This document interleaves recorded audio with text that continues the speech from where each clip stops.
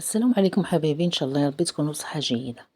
قصه اليوم غتروح بينا لوس انجليس بالولايات المتحده الامريكيه. قصه اليوم كتعرف قضيه بلاك داليا، وهي من اكثر القضايا غموضا في تاريخ الجريمه الامريكيه. تقول القصه في واحد الصباح يوم 15 يناير من سنه 1947. واحد السيده كانت ماشيه في حي ليميرت بارك في لوس انجليس، وهي تكتشف واحد الجثة مقطعة لامرأة شابة في واحد الحقل مهجور. كانت الجثة مقطوعة إلى نصفين بواحد الطريقة جراحية محترفة. تقول القصة الشابة اللي تم العثور عليها كان الاسم ديالها إليزابيث شورت، تبلغ من العمر 22 عام، ولدت في 29 يوليوز 1924 في بوسطن، وكانت هي الابنة الثالثة لواحد العائلة مكونة من 5 أطفال. إليزابيث عاشت واحد الطفولة صعبة، بحيث والدها تخلى عليهم أو تخلى على العائلة فجأة منين كانت هي طفلة صغيرة. وقتها انتقلت إليزابيث مع الأم ديالها والإخوة ديالها إلى ماساتشو، وهناك عاشت واحد الظروف متواضعة.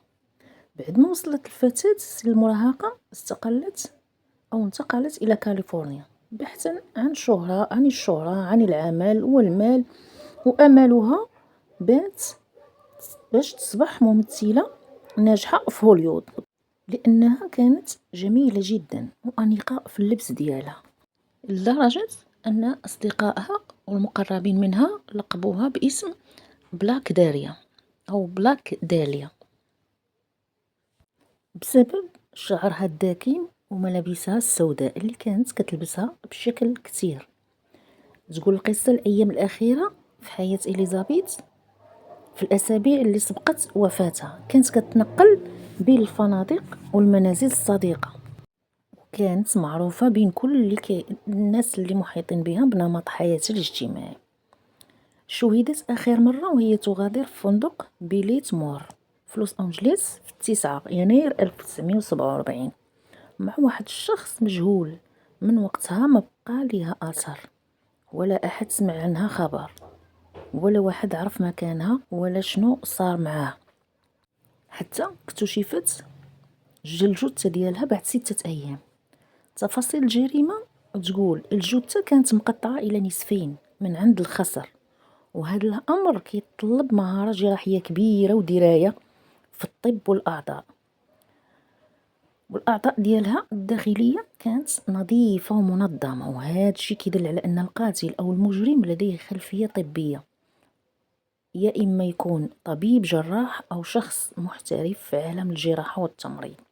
كذلك الجثة كانت عارية تماما من ملابسها ومستلقية على في أحد الحقول اللي كان مفتوح، يعني أي شخص يمر من هذاك الطريق غادي يشوف الجثة كانت باينة وواضحة.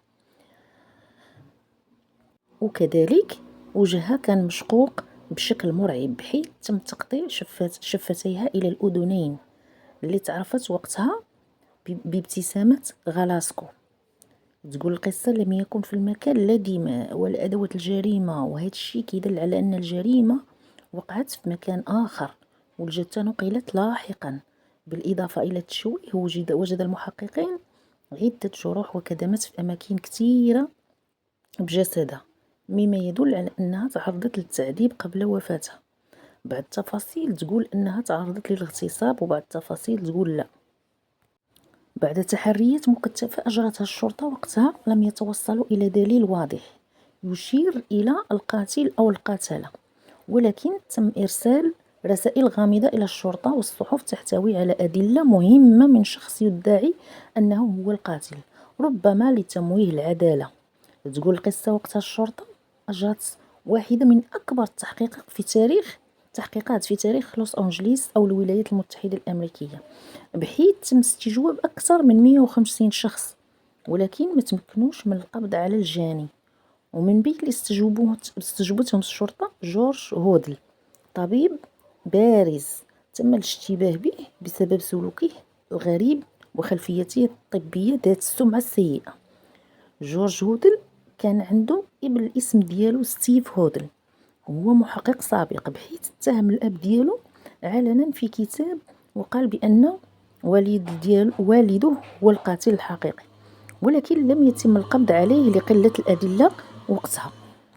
احنا هنا كنتكلموا على واحد الحقبة من الزمن كان فيها تحقيقات بدائية، ما كانش وسائل الكشف عن المجرمين بحال دابا متطورة وكاميرات وما إلى ذلك. بعد عدة أيام من اكتشاف الجثة، تلقى مكتب صحيفة لوس أنجليس رسالة غامضة تحتوي على أوراق شخصية كتخص إليزابيث، مثل شهادة ميلادها وصور ورسائل. الرسالة كانت موقعة باسم قاتل بلاك داليا، وكتبت بطريقة مشفرة، ما أثار الحيرة لدى الجهاز الأمني وقتها. المجرم المفترض أو المزعوم كتب أنه سيواصل إرسال أدلة أخرى، لكنه لم يرسل شيئا حاسما يقود إلى القبض عليه. أنا كنظن كان غير كي يموه يعني الشرطة أو إلهاء المحققين باش ما يوصلوش للقاتل أو القاتلة، وهما رجعوا لنقطة الصفر أو نقطة البداية، بحيث استجوبوا أشخاص كانوا على صلة بإليزابيث، مثل أصدقائها، جيرانها، العاملين في الفنادق اللي كانت كتروح ليها. في محاضر الشرطة كاين عدة أشخاص عشوائيين اعترفوا زور أنهم ارتكبوا الجريمة بحثا عن الشهرة، لأن الجريمة وقتها كانت جديدة من حيث طريقة التنفيذ اللي نفذوا المجرمين بها هذيك المجزرة في حق هذيك الفتاة. رغم كل تلك التحقيقات اللي كانت وقتها، لم تتم إدانة أي شخص لضعف الأدلة وقتها، وهذا الشيء اللي خلى هناك العديد من الفرضيات. وقتها كانت الأدلة ضعيفة، ما كانش الأجهزة، ما كانش هذاك الشيء ديال الكشف ديال DNA، ما كانوش كاميرا تصوير، وكان حتى الشرطة ما كانتش متعاونة، يعني كان الجرائم كتوقع بزاف. من بين الفرضيات مثلا أن الجريمة كانت من شخص انتقاما من شخص موهوس، أو مثلا من إحدى الفرضيات أشارت إن إليزابيث كانت ضحية لعالم هوليود المظلم من أشخاص عندهم نفوذ في صناعة الأفلام وقتها.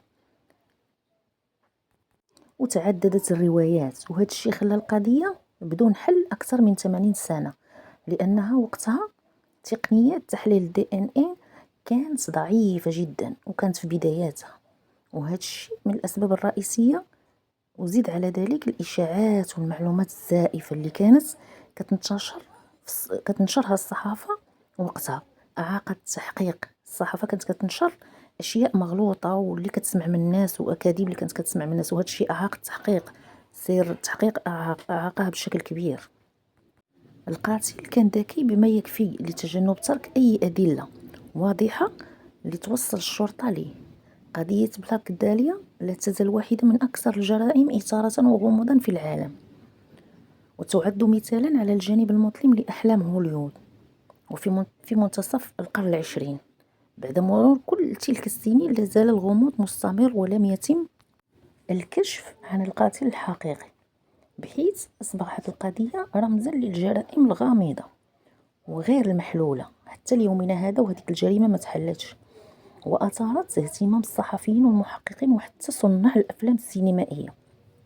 وقتها كانوا كيتنافسوا الناس اللي كيكتبوا السيناريوهات باش يكتبوا على هذه الجريمة فيلم، وكذلك إلهام العديد من مؤلفي الكتب والبرامج التلفزيونية وقتها في نصف القرن الماضي.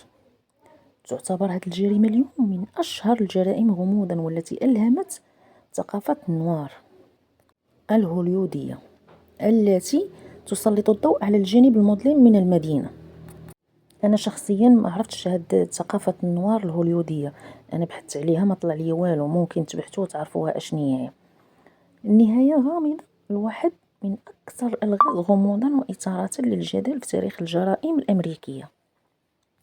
أنا ما عرفتش الشرطة واش تقاعس منهم، واش من بعد تطور العلم وتطورت التقنيات وتطورت التكنولوجيا ولا الذكاء الاصطناعي، وكان بإمكانهم يبحثوا في هذه الجريمة ويوصلوا للقاتل الحقيقي، رغم أنها مرت عليها سنين وحتى المجرم أو المجرمين يقدروا يكونوا ماتوا. ولكن حق هذيك الفتاة كان خاصو يبان. نسأل الله السلامة والعافية للجميع، وأتمنى تعطون رأيكم في التعاليق، وشكرا على كل من كيشاهد هذه القناة البسيطة. تحياتي وسنة سعيدة للجميع.